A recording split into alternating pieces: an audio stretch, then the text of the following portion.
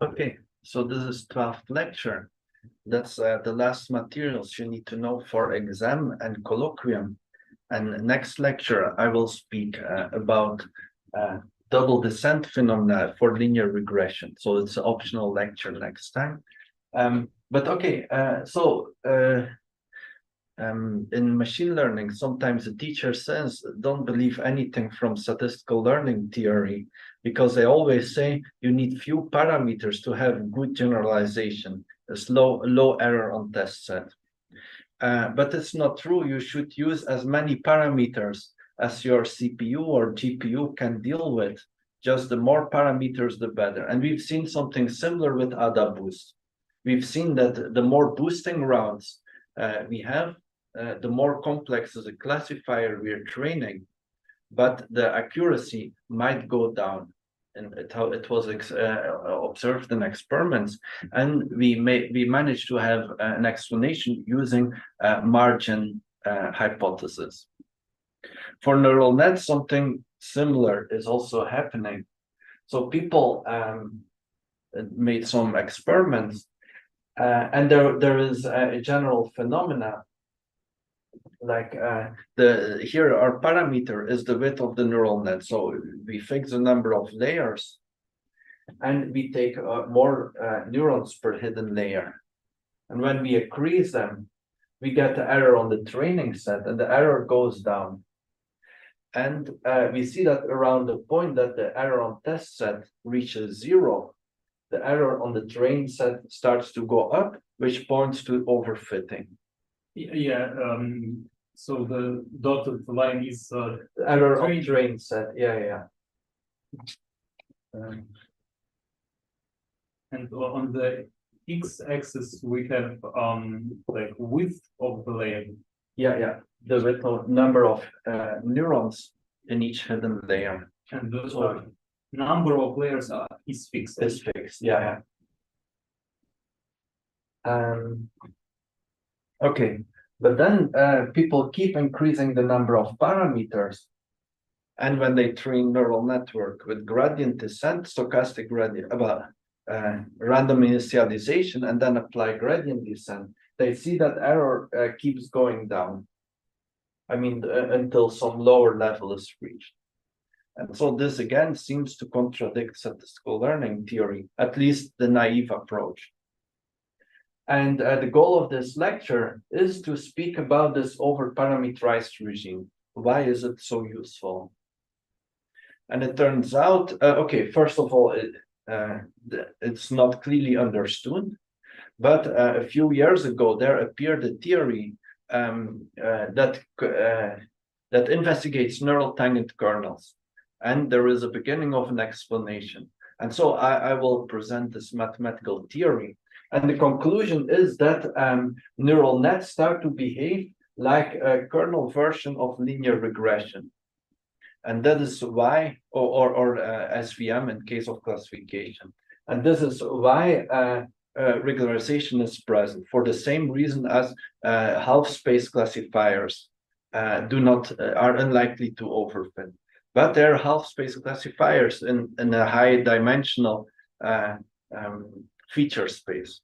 So from the kernel, we can understand that there is a feature space. The dimension is proportional to the number of neurons in the hidden layer. So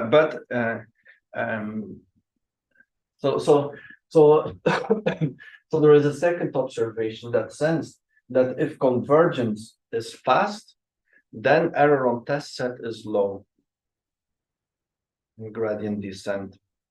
And this can be explained by the fact that only a few, in this feature space, only a few dimensions are learned. So a classifier is learned on a small dimensional manifold. And that's why generalization is okay.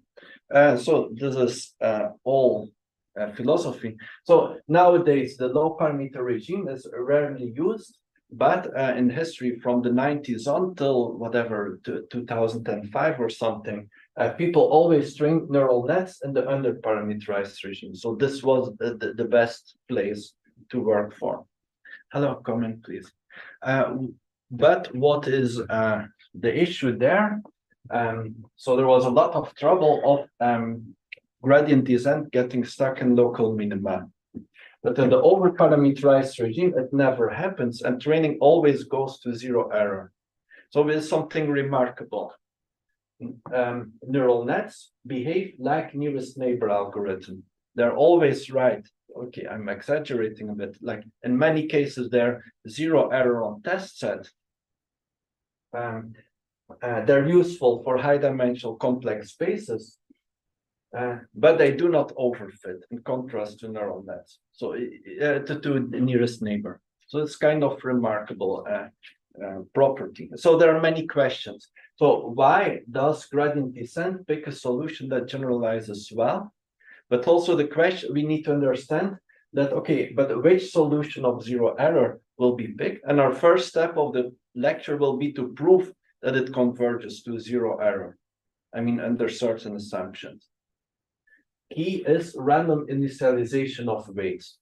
By picking random weights, we are likely to converge to a solution with good generalization properties.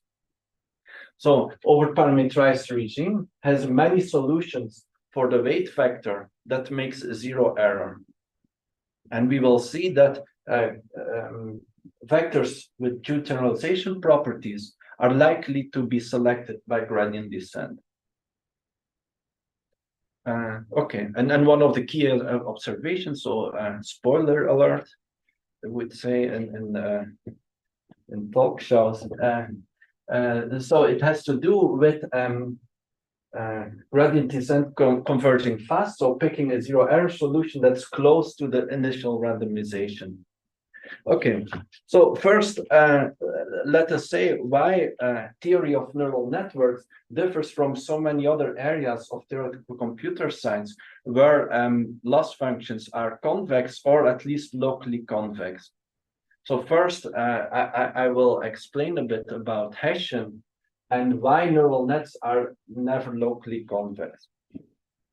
So, and before that, let us first to explain what is gradient descent, but I guess we already know this. And so we have a loss function, we have a training set, and okay, so loss function, so there are a bunch of parameters we need to tune, and we want to have as smallest possible loss. So how do we do it? We look to these parameters, and we subtract the gradient with some step size. Here we will use constant step size for simplicity. But that creates some dangerous, some small issues, because if step size is too big, you can step over local minimum. Like it can diverge. So let's do a small example where it diverges. And so imagine that loss of W is equal to, just let's say one-dimensional. So just one parameter. Loss of W is equal to 1/2 of W squared. So local optimum is W equals 0. And now I claim if the step size is too large, it will diverge. If step size is small, it will go to 0. So let us say if eta. So by the way, can you tell what is the critical value of eta? So for which eta will we have convergence to 0? For which eta do we have divergence? Yeah, exactly. So if eta is strictly smaller than 2, then what will we have here? Then we will have Wt plus 1 is equal to Wt minus eta Wt. And so if eta is smaller than 2, we will have that Wt plus 1 is smaller than 1 minus eta.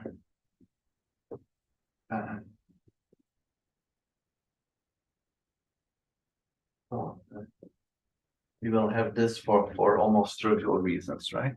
So we have exponential convergence if eta is smaller than 2. Okay, if eta is equal to 2, then we will just go back and forth. So W0, so we start in W0, and we will have Wt equal to -1 to the power t of W0. So we go back and forth. If eta is equal to 1, it's like great situation, because in one step we are in 0. It's clear, right? Wt minus Wt is 0. Okay, so that's why we all the time will speak about Hessian. Hessian will tell us whether gradient descent has a chance to converge or not.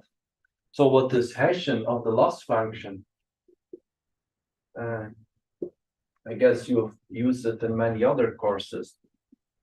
Wi, Wg, so the Ij component of this matrix is just okay, this is boring, or not? It's the first time you see it? Probably, yes. Yeah. Okay.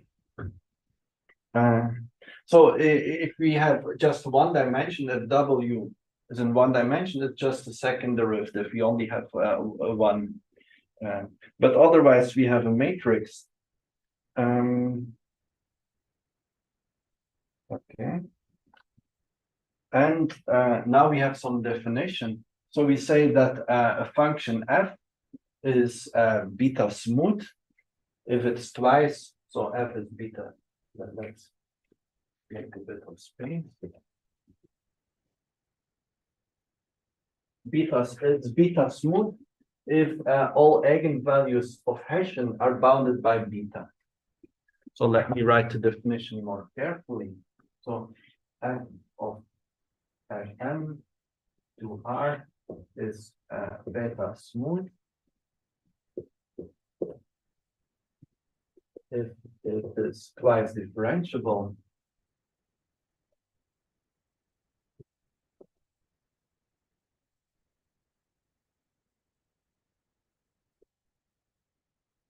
and the norm of Hessian f and w times v is smaller than beta norm of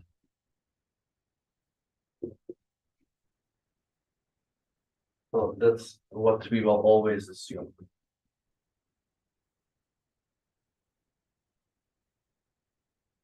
Is there some kind of intuition? Yeah, this is the intuition. So in one dimension, if it is too smooth in one dimension, we have convergence, and this generalizes. So if f is too smooth, then if f is beta smooth, then it will gradient descent converges if eta is smaller than 2 beta. The step size smaller than 2 beta. Is there a generalization for various step sizes? If you have a sequence of step sizes, if they're like similar condition for convergence? Yeah, I don't remember by head, but I'm sure that there's big literature on convex optimization. And so Van den Berge, Boyd, and Nesterov, they have all books, and I'm sure there are chapters devoted to such results. But for them, eta, yeah, so they will choose specific etas according to certain convergence rates, and then prove like general convergence. But that's for like convex functions here. So before an underparameterized regime, the loss was always locally convex, and Hessian played an important role in books that prove how fast gradient descent converges to local minimum. And actually, there are some algorithms that invert Hessian to speed up gradient descent. Newton's method. Yeah, such things. Yeah. Okay. So we assume that we are like the function f is convex, and then the condition of convergence of gradient descent is satisfied. Yeah. Then gradient descent will. So if it's convex, there is unique local minimum. and gradient descent, and so if the step size is not too big, gradient descent will converge to this global minimum. Yeah, it's very important piece of theory, and it's many applications and algorithms. But unfortunately, neural net doesn't have convex loss function. Definitely non-convex.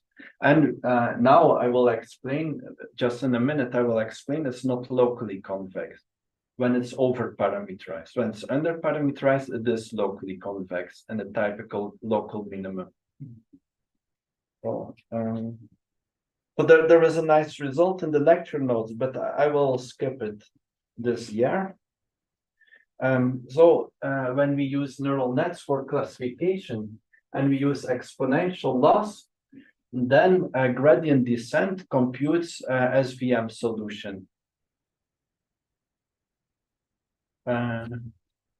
Yeah, so any neural net, we don't need to assume there is only one hidden layer. Any neural net computes SVM solution.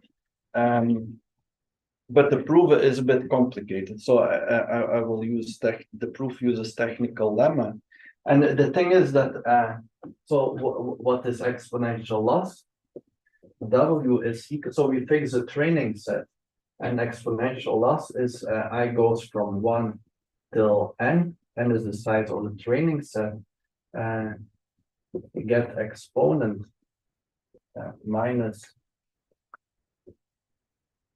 yi xi times the logical thing, right? So if classification is wrong, so if the wrong sign is predicted here, then we have big loss, otherwise we have small loss. It doesn't matter which base you take, but exponent is a very good base because then you don't have constants in the derivatives. And so if we apply gradient to this problem, and if the data set is linearly separable, then W will converge in some sense to hard margin classifier. So and this is unique classifier. But first, let us note that L of 2 times W, so if W makes 0 mistakes, if the sign of x times W is correct on all training points, then we have that L2W is smaller than LW. So gradient descent will not converge here. So gradient descent will keep increasing W. And in fact, one can prove that gradient descent will make the norm of W go to infinite. That I will always use 2 norm in this lecture.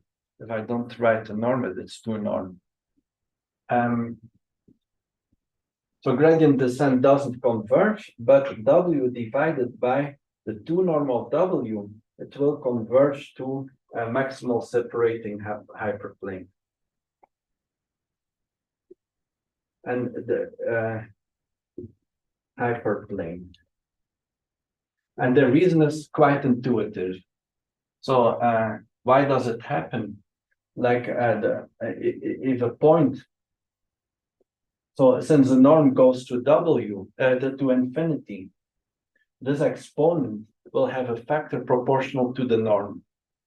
So that means that in this exponent, all the weights goes to the points that have the smallest margin. And in the gradient, the same points will have weight roots. So the gradient for W just places xi, yi in the front. And that means all the weights in the gradient will go to the points that are closest. And the hyperplane will try to go away from these points. So gradient descent will keep decreasing. So it means that W is scared of these points.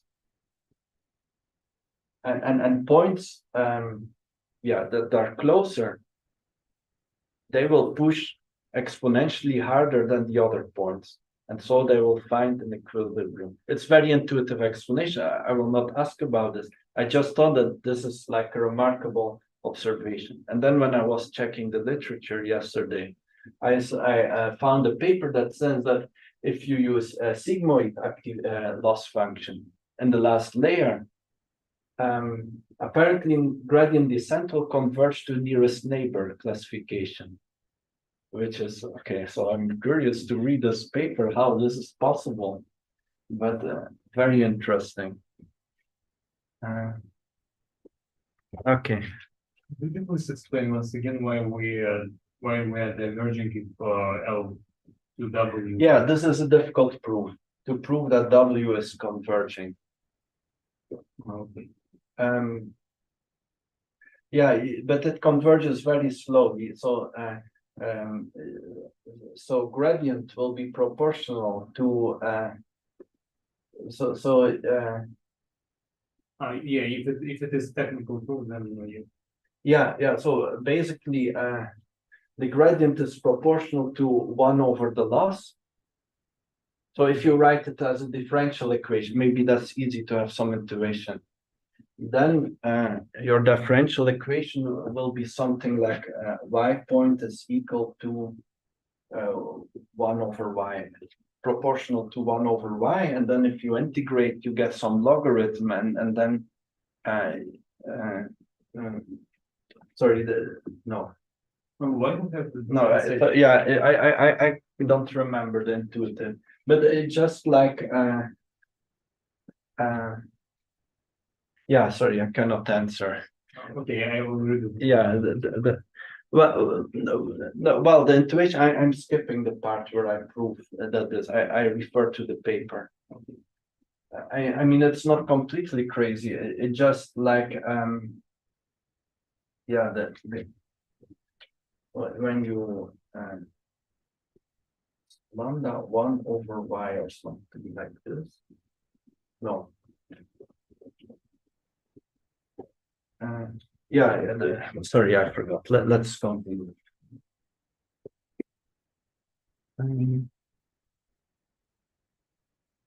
Yeah.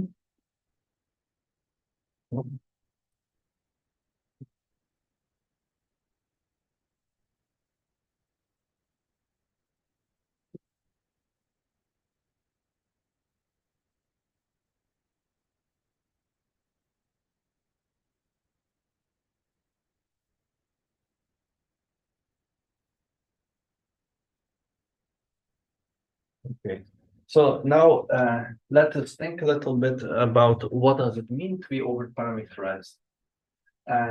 So let us just think about some very simple cases, like we have a few points and a few dimensions and a few parameters, but we have 1 or 2 more parameters than points.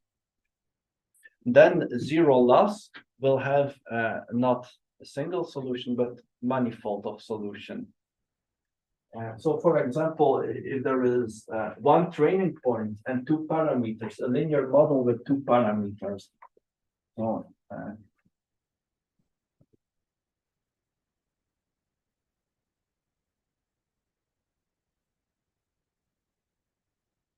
we will fix the training set. Let us have a training set with, so n equals 1, and the point, I will use regression now.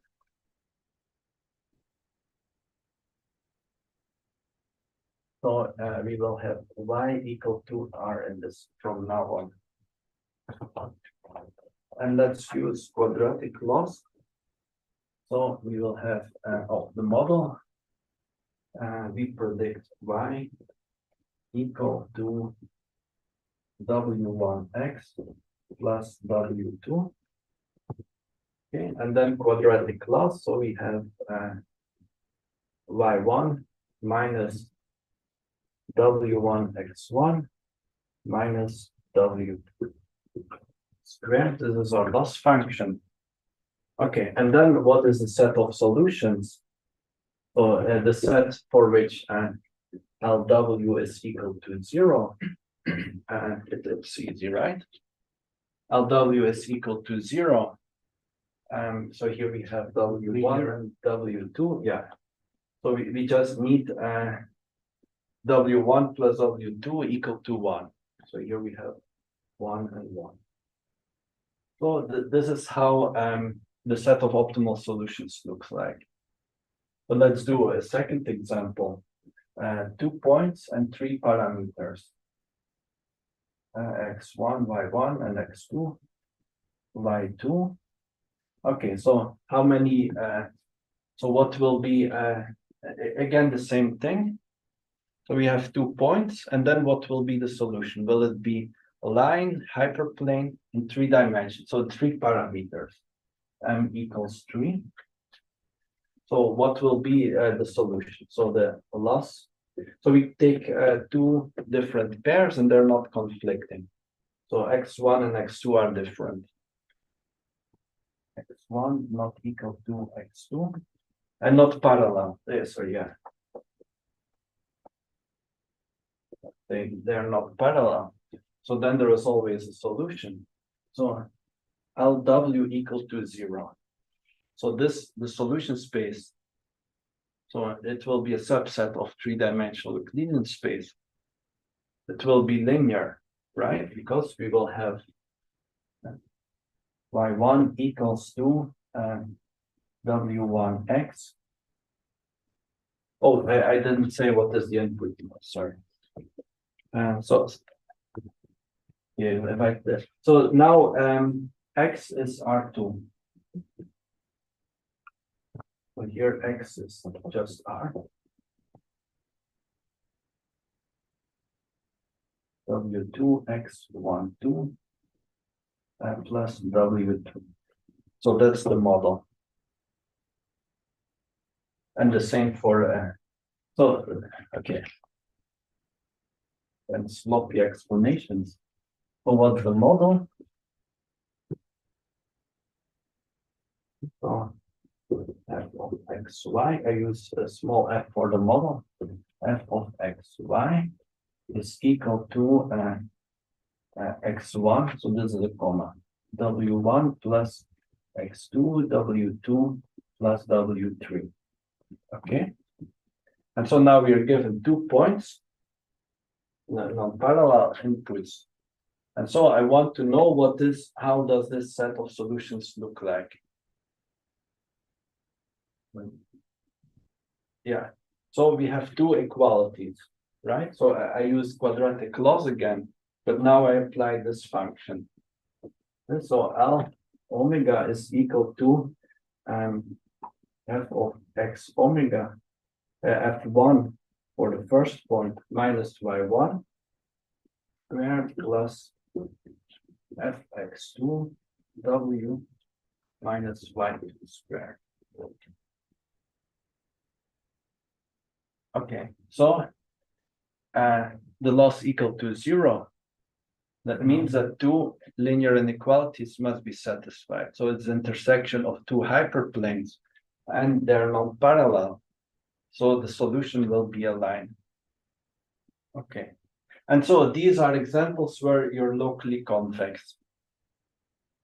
Even around local minima, you're locally convex because so Hessian is positive definite, positive semi-definite.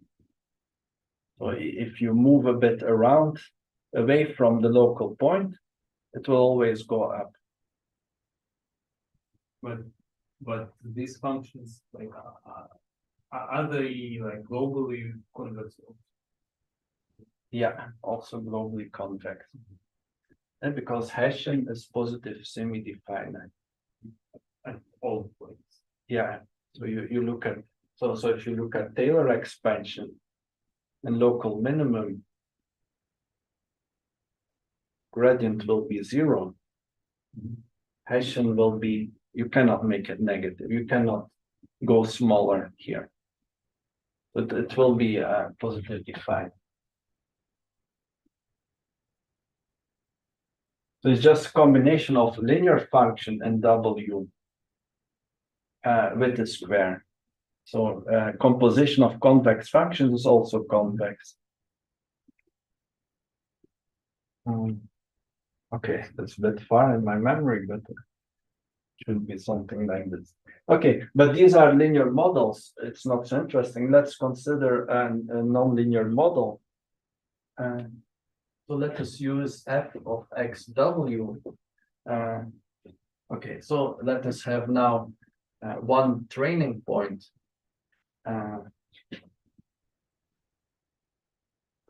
two parameters and one dimension. So x equals r, and that is make it artificially quadratic plus w2. So this is the model. Okay, and now again, quadratic loss equal to 0. So how will it look like? It will no longer be a line. So we have our solutions, our parameters live in the plane. And so it will be, and we will have a polynomial of degree 4. But setting this equal to 0 is a parabola.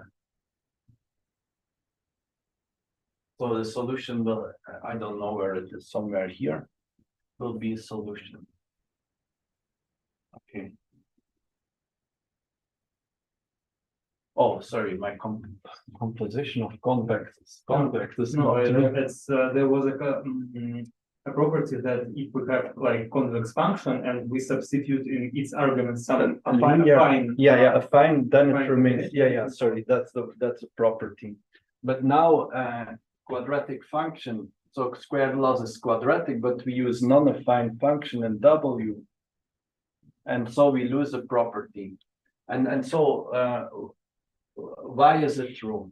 So why is this not convex? Well, in convex, there is unique, strictly convex mean unique global minimum. But in convex function, if the line between two minima must also be minima. Function is convex, that means that the values are below the line. So if you're in two minima, if you're in two global minima, then when you go from one to the other on a line, you must be constantly on the global minima. But here, our global minima is parabola. And if we take a line between these 2 points, then we are no longer in global minimum. So that means that this function cannot be convex. It's like intuitive explanation of non-convexity. why? Yeah, so negative. Whatever parabola you have negative HSE for x in second degree. why We have the parabola with the so limits in minus. Why it's looking down, like not up. so solution here, if we take the point 1, 1, for example. So x1, y1 is equal to 1, 1. And then we have w1 squared plus w2 is equal to 1. That's our hyperbola. So that means that w2 is equal to 1 minus w1 squared. So if here we have w1, here we have w2, then we have something that loops down.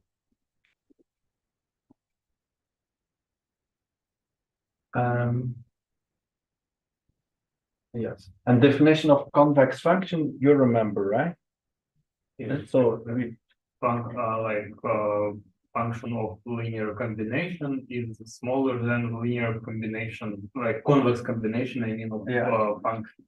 So just if we have f like this, and then when we take 2 points and we put a line segment about it, this line segment should be above the graph of the function. That's the definition. So if we take here, we have 2 arguments, and now there is a third axis that says the height, but we know that among this solution, the value is minimal. If we take 2 points on the minimal, we connect it by a line. We should have all points where the function is 0 if it were convex. And so now we should think about the values in the third dimension. And the smallest values are the plane because our function cannot be negative. Okay, this is clear. So So here this is this important property where we break off a lot of other things from computer science. Our objective function is not locally convex. And that means that to prove that gradient descent converges, we cannot use things from Nesterov's book. Well, he has a first chapter about non-converge, but I mean the main part of the book we cannot use, or Van den Berge-Boyd and so on. But now we just prove that our function is not globally convex. But no, yeah, but it's also not locally convex. But I didn't say what is locally convex. Like Hessian, yeah, I forgot. Yeah. So okay, that's right. What is locally convex? It means that function is locally convex in a point if it's locally convex in a small enough neighborhood of the point, in a small enough ball around the point. Okay.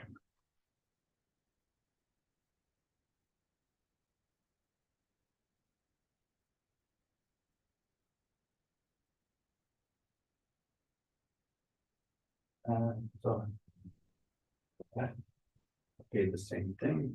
Do R is locally convex in W if there exists epsilon bigger than 0, such that F is convex when restricted to the ball W epsilon. So ball W epsilon is equal to all X, sorry, all W tilde minus W is smaller than epsilon. Okay, to norm again. Okay. And so here we can do the same thing. So the parabola is curved. So for every epsilon that we choose, we can take 2 points and see and connect them and see for every ball it's not locally convex in this example. Yeah. But neural nets, they're not linear. They don't implement affine functions from parameters to values. So, and we will show, we can actually prove that it's never, I mean that typically, if we take random W, it will not be locally sorry, if we take, well, we can actually, let me check carefully because it's basically a quiz question. Now I forgot the answer myself.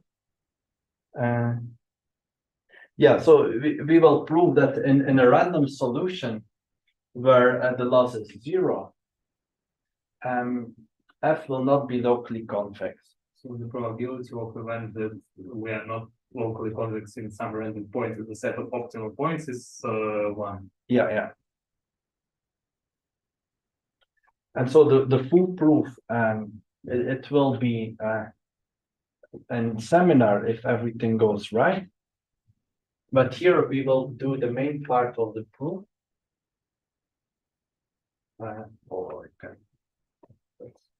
And the proof. Is it true for like any neural net? So over parameterized neural net we need.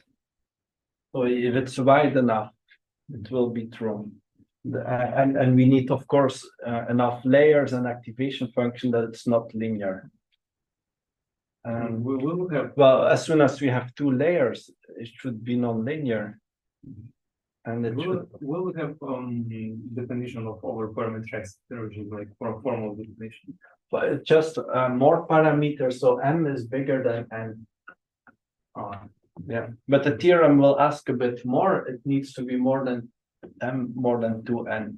So I will now prove a technical proposition. So it has some assumption, and then this assumption, hopefully, we will prove it in the seminar.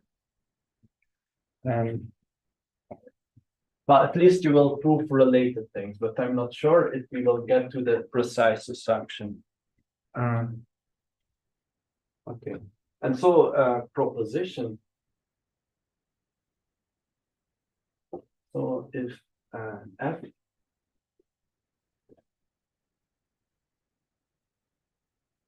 okay, oh, by the way, what is capital F? F will take parameters and map them to the values for all the inputs. So F will go from Rm to Rn. What is our Okay, so Fw will be equal to Fwx1 Fwxn. And so the loss of W will be equal to the squared norm of I.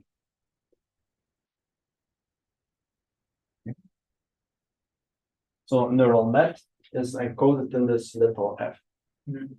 But we fix the training set. Oh, sorry, this is not right. Yeah, correct? yeah. So y is equal to y1 so y.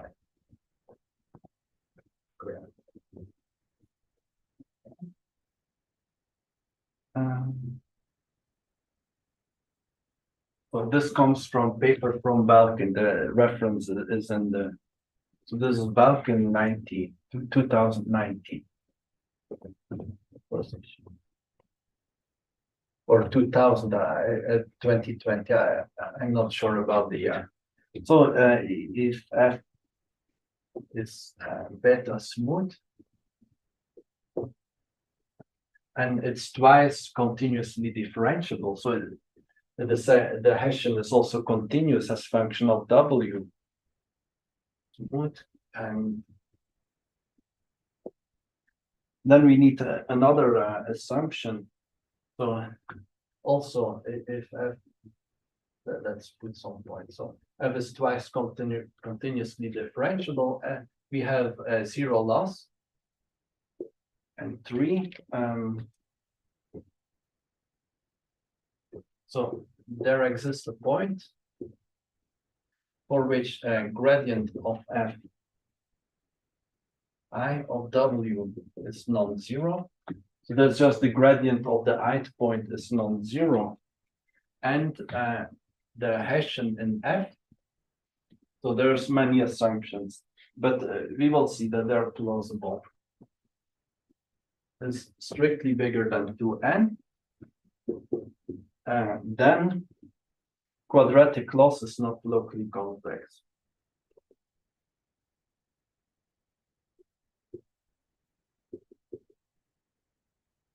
How can we be in optimal point and have non-zero gradient in some coordinate?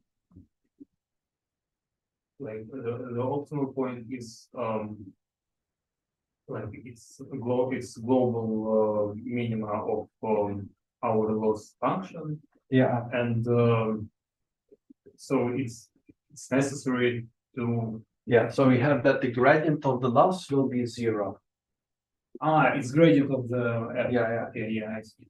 But if we change W a little bit, we will change F.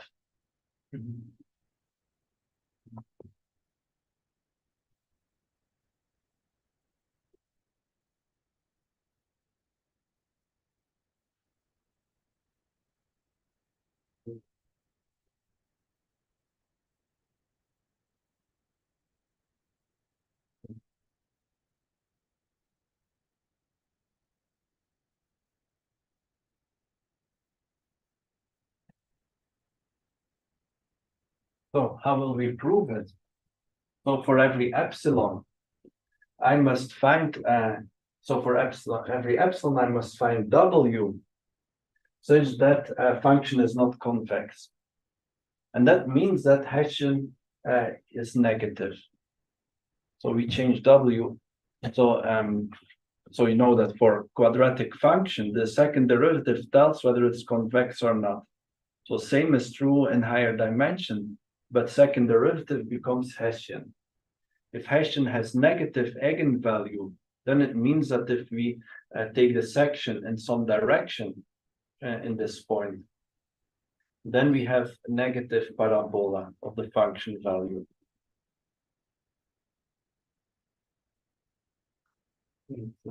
Okay, it's not so difficult. It just so what happens?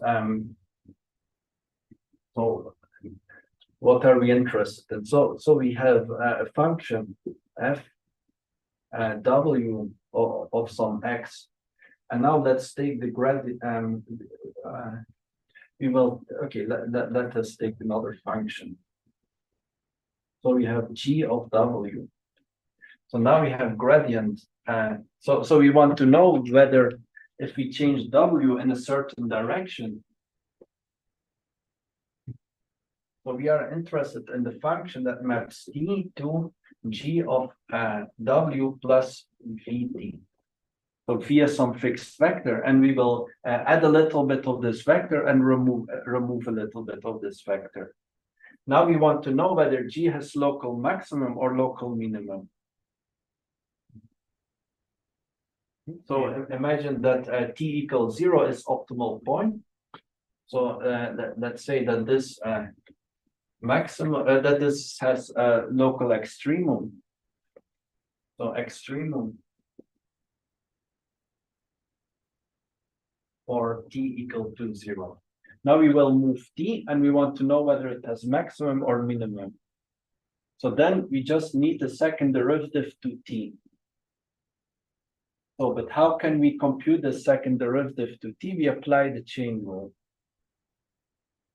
So we have, so we will take the gradient of g, and we will take the dot product with v. This will give us the first, that's the first derivative, and we know it's equal to this because t is local extremum. Okay, now we want to look at the second derivative to t. So what we do, we place this back. So am I going too fast now? And we again take the derivative to t, because we want the second derivative, right? So this is the second derivative. Agree or not? So first, okay, let's look to this function. T goes to this thing. Let us make sure that we understand.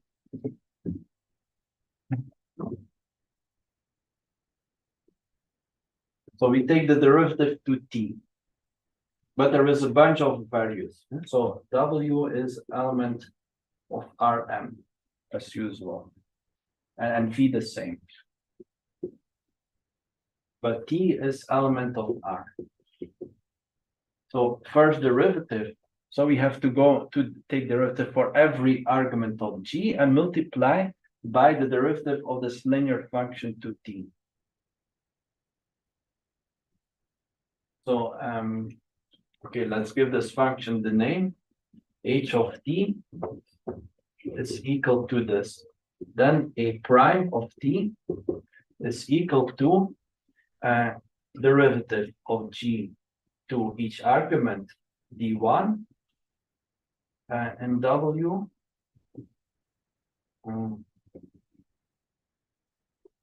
be the argument plus vt times the derivative of this linear function to t. Sorry, the derivative of the first coordinate of this function to t, which is v1. And then we do it for all the arguments.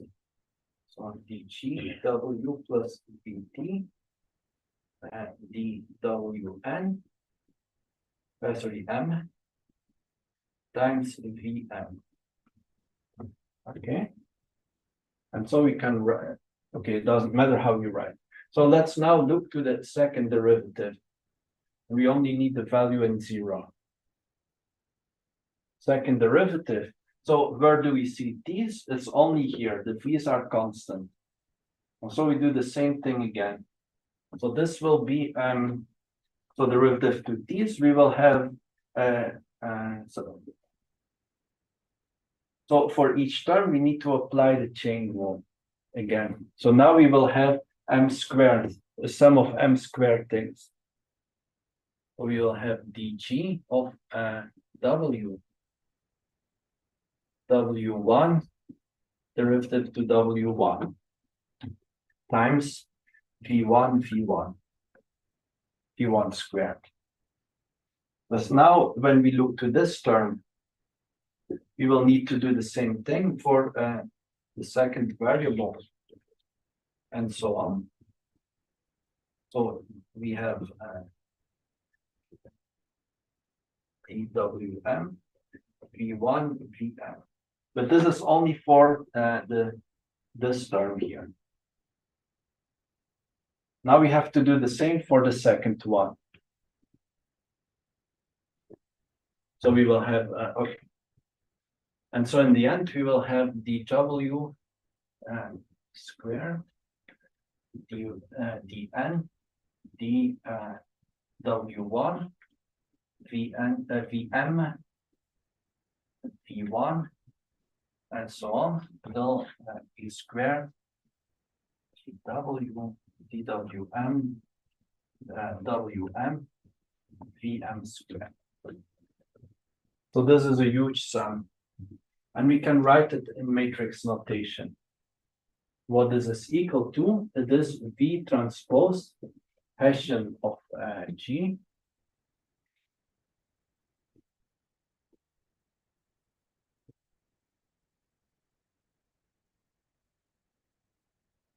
Hessian of G in point W. Yeah, sorry, Hessian of G and W and V.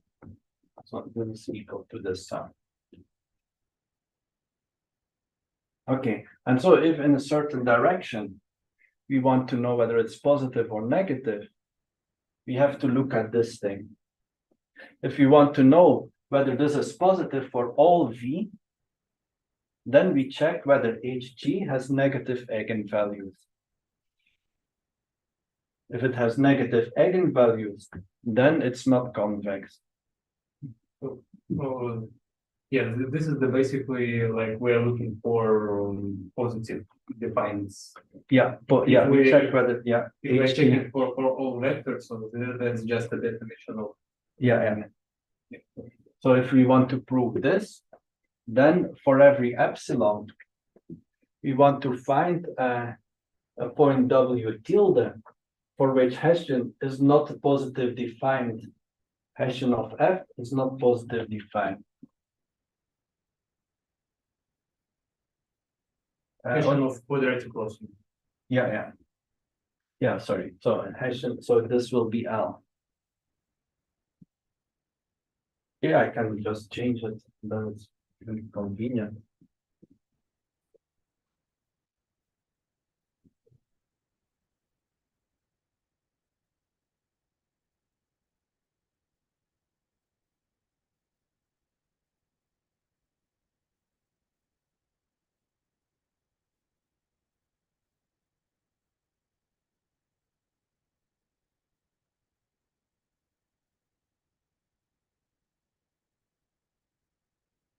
Oh, now let us write down the Hessian of L. This is kind of computation. It's a bit difficult to explain the details because it's along the lines of previous computation. You will need to apply the chain rule several times. So L is quadratic loss, and if you compute the Hessian matrix, it will be equal to gradient of F and W times gradient of F W transpose plus, okay, I didn't say what is gradient, but just okay, I will give the proof for one training point. The proof for more training points is the same. So I will choose n equal to 1 here. So that then we're back at just a normal function. So gradient of f will be equal to partial derivative to the first argument. So it's a standing vector. And it should be M here. Okay. So then here we have a standing vector, lane vector. So here we get the matrix. And what comes here is f of w minus y times h of f of w. So this is expression for Hessian here. For this function. Yeah, for quadratic laws. But we only have one point here. So it's a simple case.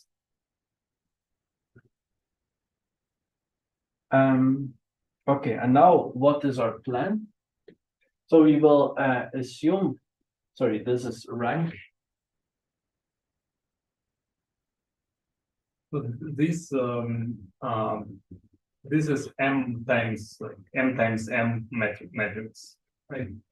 Our Hessian in Yeah, case, m times m matrix.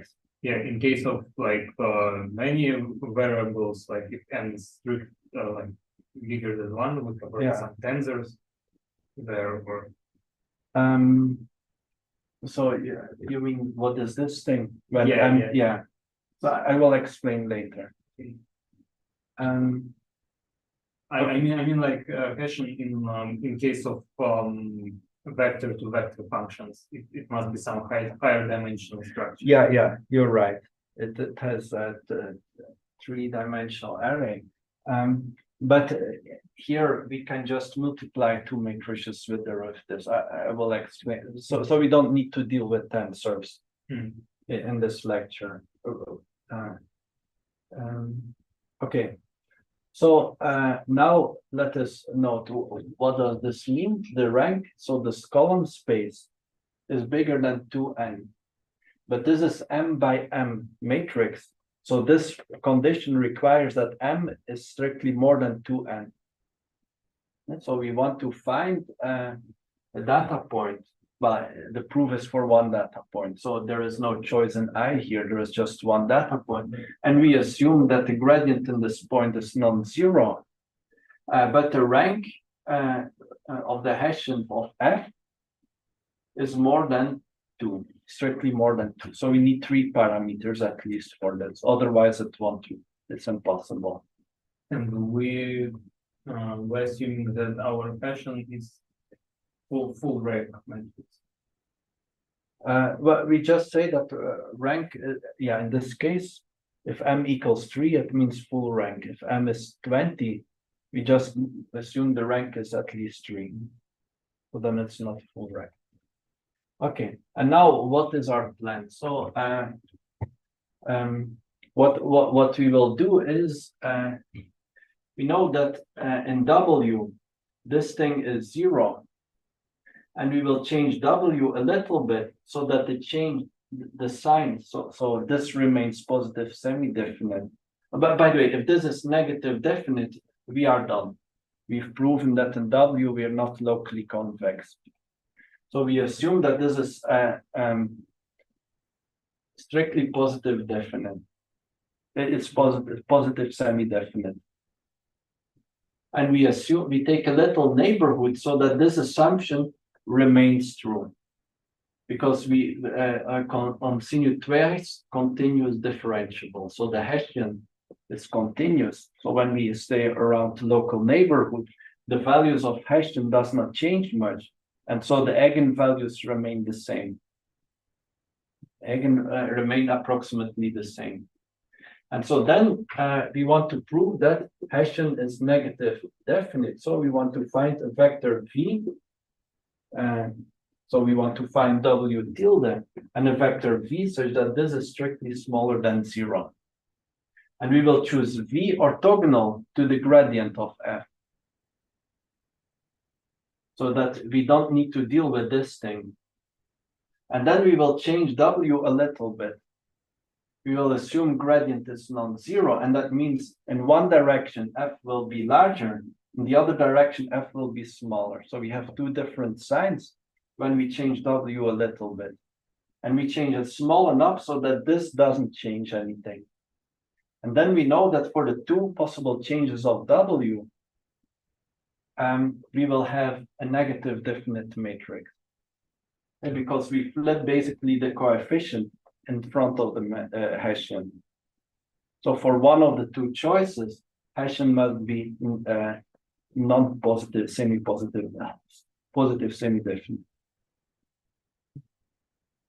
And initially our plan was for every epsilon, like find such a neighborhood that were not locally convex in this neighborhood. Yeah.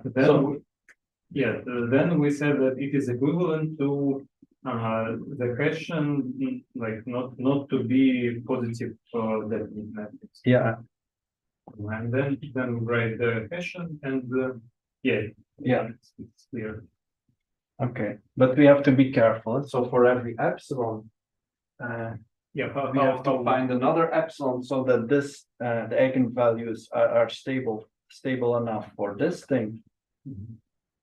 And then we will change W according to the gradient. So we will look at vector W tilde equal to W plus or minus delta. And delta here is element of Rm. And that's proportional to gradient.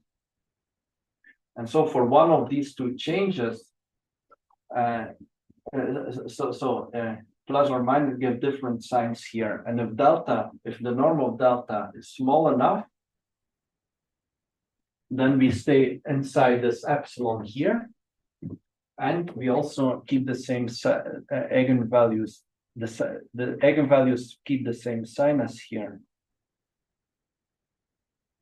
And then we have the approximately the same Hessian, but with two different signs. So that's the proof. This is just written in detail, in the notes, but I will. You need to do it yourself because otherwise the lecture is almost finished.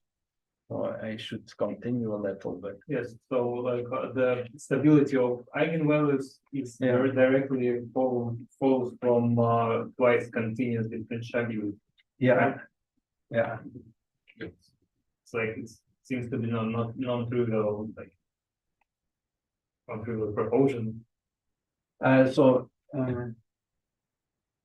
Twice it's a trivial assumption. Twice continuously differentiable because in neural net you have activation functions that are typically continuous. Yeah, I mean how to like prove that from twice continuous differentiability follows that eigenvalues is stable in something. Because here are all second derivatives in the Hessian. And if you say second derivatives are continuous, then you know in small enough neighborhood, also the eigenvalues are continuous. Okay, think about it. Okay.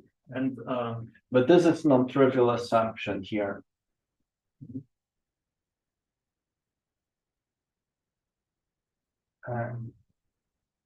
Okay, but let's quickly say what changes when we have more dimensions. When we have more than one training point in this group. And so for this, I will have another like generalization of gradient. And so I answer your question. So let's define D of F. So now F is just a function with n values here. And then D of F will be a matrix. a Jacobian matrix. Yeah. So it will be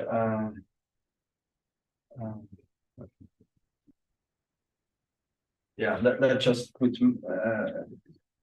ij is just the derivative of the ith component to the jth variable, like this. And then the Hessian, and this is kind of a good thing to remember, it's equal to df wij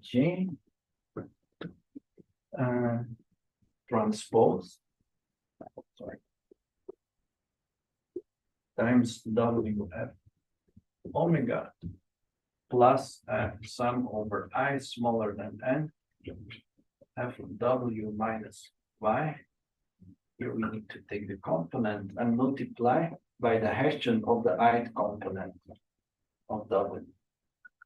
Now f has n components. And here we have in this thing we have to take explicit sums because the loss is a sum of the squared error on each input. So this becomes a sum, and here we can hide the sum inside the matrix multiplication. So this is the expression. And then we will do the same technique. So we will take a vector v. Now it has to be orthogonal, not on a rank 1 matrix, but a rank n matrix. And that's where we use smaller than 2n. Bigger than n. But note that we were looking to the point w plus or minus delta. So we don't have n points, we have 2 n points. And because we evaluate this for w plus delta and w2 minus delta. And we want to be orthogonal in both cases. So that in both cases this cancels. And then we have changing sign here. How orthogonal condition of orthogonality, or how it is connected with the condition on So the right? Orthogonality is for to choose v. We have to choose two things. We have to choose w tilde, and then we look to the Hessian in L of w tilde, and we want to prove that v this is smaller than 0. So we have to choose v, and v we choose proportional to v we choose just orthogonal to these matrices, but they have there are two of them, and each have rank at most n.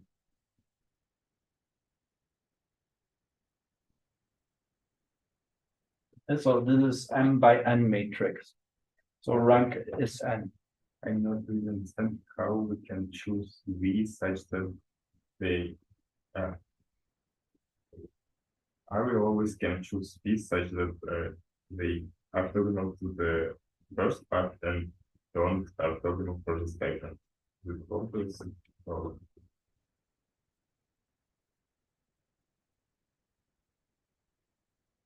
Yes, that's where we use that the rank is large. So this has small rank, this has large rank. okay.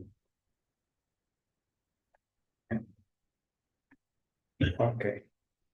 Now we will speak. Oh, but it's only 5 minutes. Okay, we covered very little. So next lecture I will need to, yeah, have mandatory everything. Okay, but now I don't know what to give in the seminar.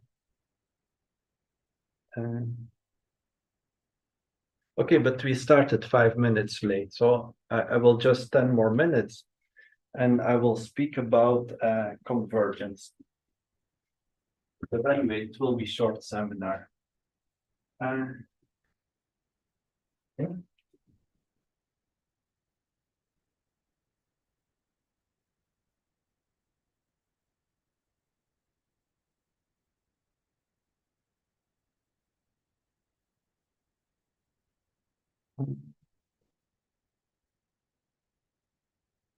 Okay, now I will speak about a condition of convergence of gradient descent, and it's called Polyak-Lojasewicz's condition. And this is the proposition.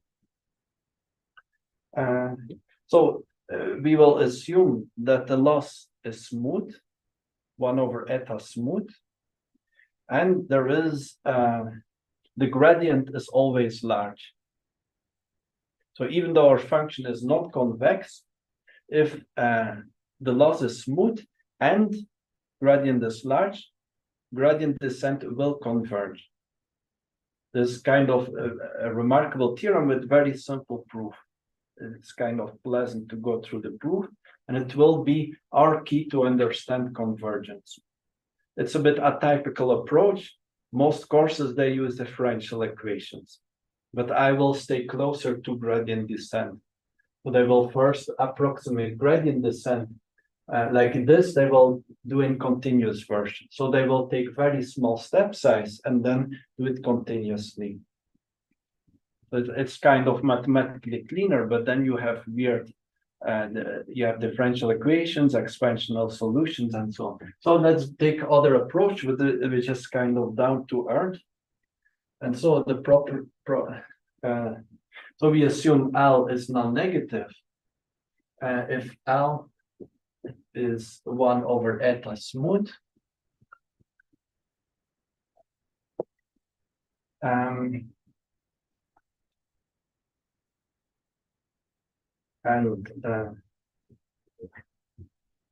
in gradient descent with step size eta,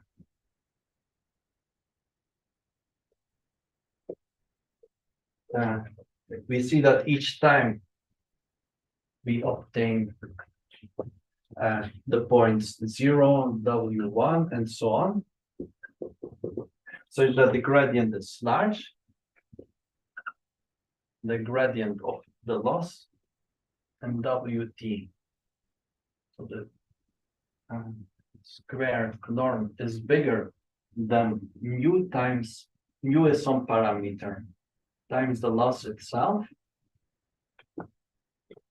Then we have exponential convergence. Then the loss of WT is smaller than 1 minus mu eta to the power t times the loss at the start point.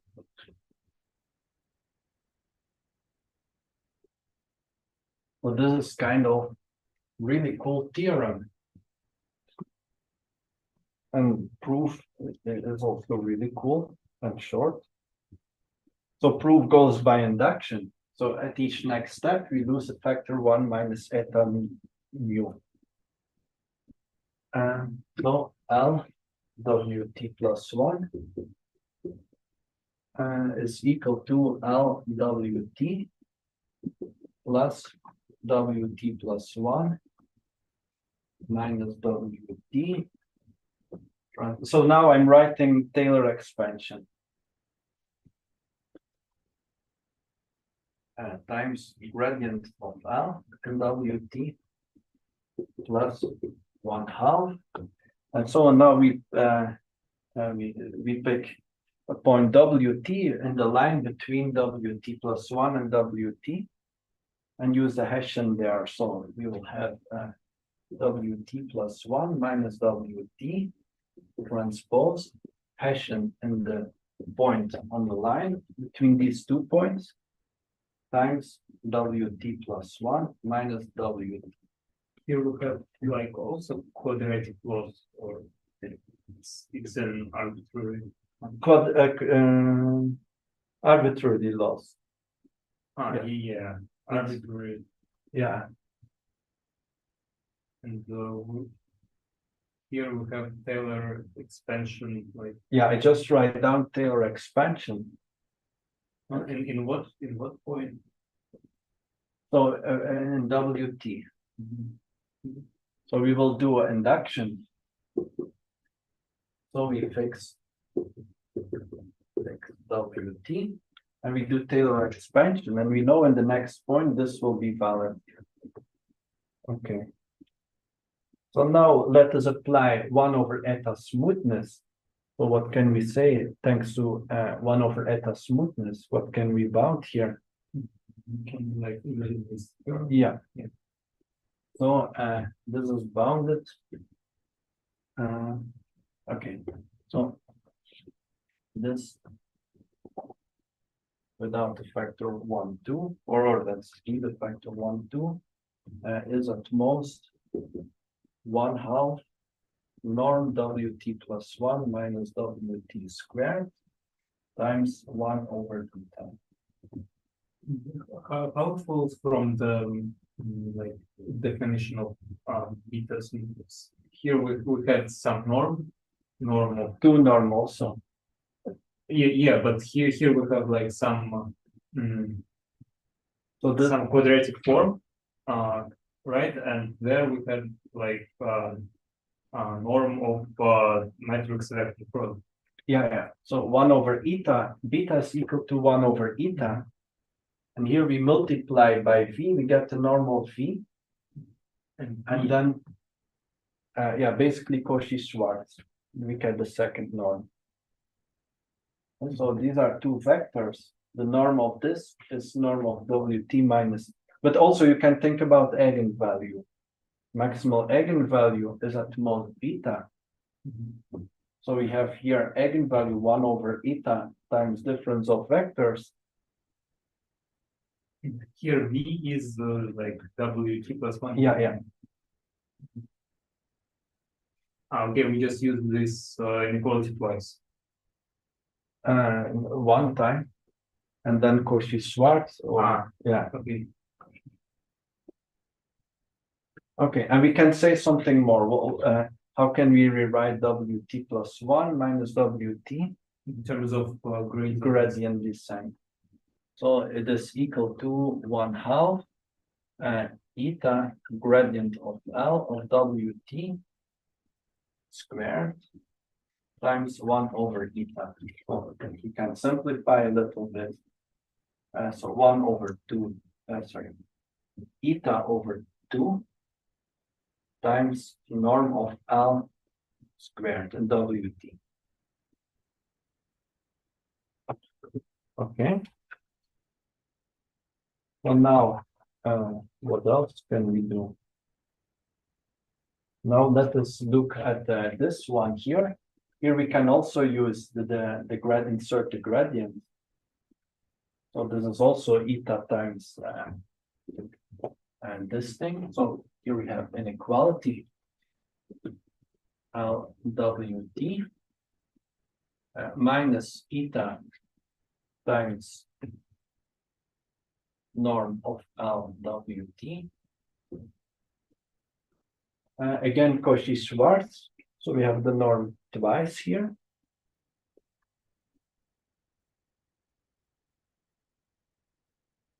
Oh no. Yes, we cannot. Yeah. So this is proportional to gradient of L, right? By definition of gradient descent. So here we have the gradient of L, and we take the dot product with gradient of L. So this is exactly equal to this thing here. And then we add the thing we computed here, eta over 2, norm of gradient L squared. And then we can simplify, minus eta plus eta over 2.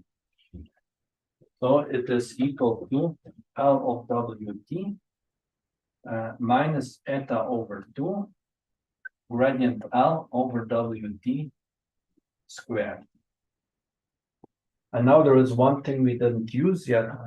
Yeah, this thing. So we know that this norm is bigger than this thing.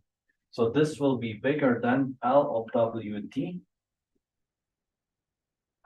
minus mu eta over 2 L of Wt. Okay. Oh, and I forgot the 1/2 here. So that should disappear.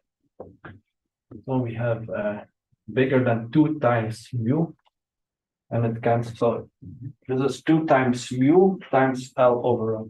And this is what we need. 1 minus mu nu L2. And so we have proven that induction step. Mu eta L times W2. And so now, understanding neural nets, why we get exponentially fast convergence, why don't we get stuck in local minima, or why there are no local minima at all, or very few local minima, corresponds to understanding why this thing is true. Because loss function being smooth, that's easy to believe. They're just linear combinations. If the weights are somehow normalized, then we just have activation functions and linear combinations. So being smooth is easy. But why does this, the remarkable thing that this is true? Now the lecture is finished, so I will continue next week, explain why this is true. The next lecture will be mandatory. Yeah. It will contain some, and I promise to explain this margin result, like weak learning hypothesis is equivalent to existence of in other boost. There was a last result I didn't explain.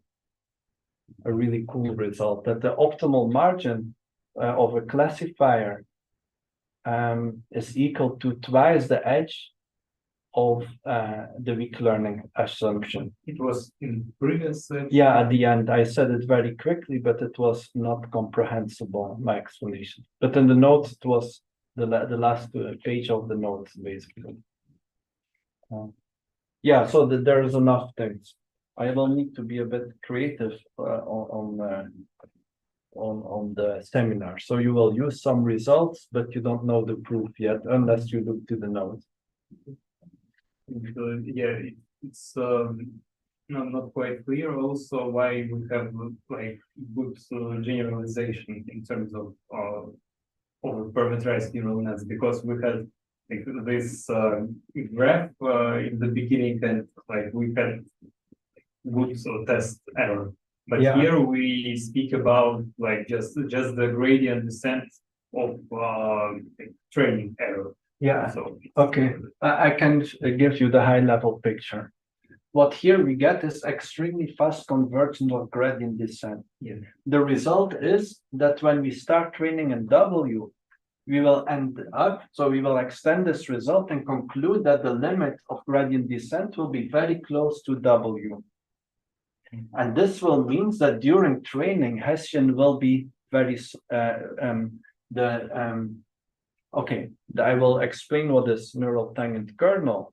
And from this closeness, we will conclude that tangent kernel doesn't change.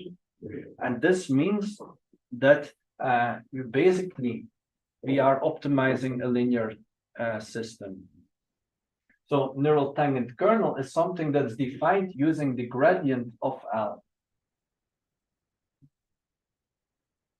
Sorry, actually the gradient of F. Sorry, I didn't say it right. Gradient of F. And from fast convergence, we will get that gradient of F is stable. And it means that to W0, we will add convex combination of column space of this neural tangent kernel. And this column space will be bounded by number of data points. But something more will happen. But for this, we need the differential equations. It will only use a small part of the column space of this neural tangent kernel if convergence is fast. So that explains why fast convergence means good generalization. So that's a global plan. But I didn't say what is neural tangent kernel. So yes, it's clearly something connected with like generalization property. Yeah. And neural tangent kernel will function as like kernel for SVM. So the column space can be used to create feature space, augmented feature space. And then people use this neural tangent kernel to directly optimize. So select the best solution according to some risk bound. But then there is a debate whether it works better than neural nets or not. Like recent research, like ongoing research. Yeah, because the two papers I read when I wrote this note says that it doesn't work better. But now I read more papers and they say it works better. So I will update that from it doesn't work better to sometimes works better, but the runtime is bad and impossible when the number of input size. So when n is at most 10 to the power 4, then you can get a better method by exploiting the kernel, at least according to some papers. But if n is 10 to the power 5, then calculating this kernel and optimizing it's too difficult. Yeah. Like large language models, it's not applicable. No, yeah.